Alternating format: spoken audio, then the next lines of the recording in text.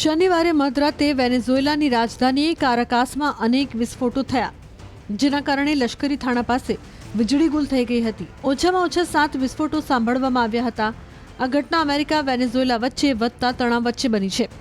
અહેવાલો દર્શાવે છે કે ઘણા લશ્કરી વિમાનો અને હેલિકોપ્ટર પણ જોવા મળ્યા હતા. શનિવારે રાતે લગભગ 2 વાગે વેનેઝુએલાની રાજધાની કારાકાસમાં ઓછામાં ઓછા 7 મોટા વિસ્ફોટો સંભળાયા હતા. શહેરની ઉપર લો ફ્લાઇંગ એરક્રાફ્ટ પણ જોવા મળ્યા હતા અને તેમના મોટા અવાજો સંભળાયા હતા. CBS ન્યૂઝ અનુસાર અમેરિકાએ રાષ્ટ્રપતિ ડોનાલ્ડ ટ્રમ્પના આદેશ પર હુમલો કર્યો હતો. વિસ્ફોટોથી સમગ્ર કારાકાસમાં અફરાતફરી સર્જાઈ હતી. વિસ્ફોટો સાંભળીને ઘણા વિસ્તારોમાં લોકો પોતાના ઘરોમાંથી બહાર દોડી આવ્યા હતા. શેરીઓમાં ટેન્કો જોવા મળી હતી. રાષ્ટ્રપતિ નિકોલસ માદુરોએ દેશમાં કટોકટીની સ્થિતિ જાહેર કરી છે. વિવિધ વિસ્તારોના લોકો રસ્તા ઉપર એકઠા થતા જોવા મળ્યા હતા. દૂરથી કેટલાક વિસ્તારોમાં હલનચલન અને લાઇટ્સ દેખાઈ રહી હતી. જો કે કોઈ જાનહાનિ કે સંપત્તિને નુકસાનની કોઈ સત્તાવાર પુષ્ટિ થઈ નથી.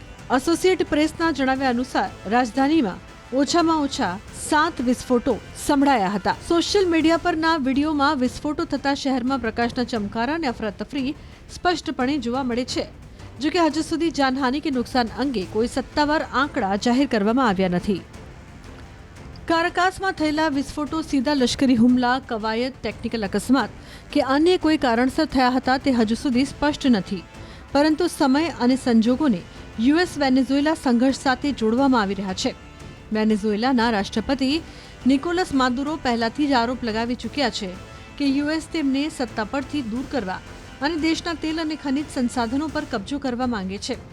રાજધાનીમાં થયેલા આ વિસ્ફોટો આ સંઘર્ષને વધુ ખતરનાક વળાંક તરફ લઈ જઈ રહ્યા હોય તેવું લાગે છે.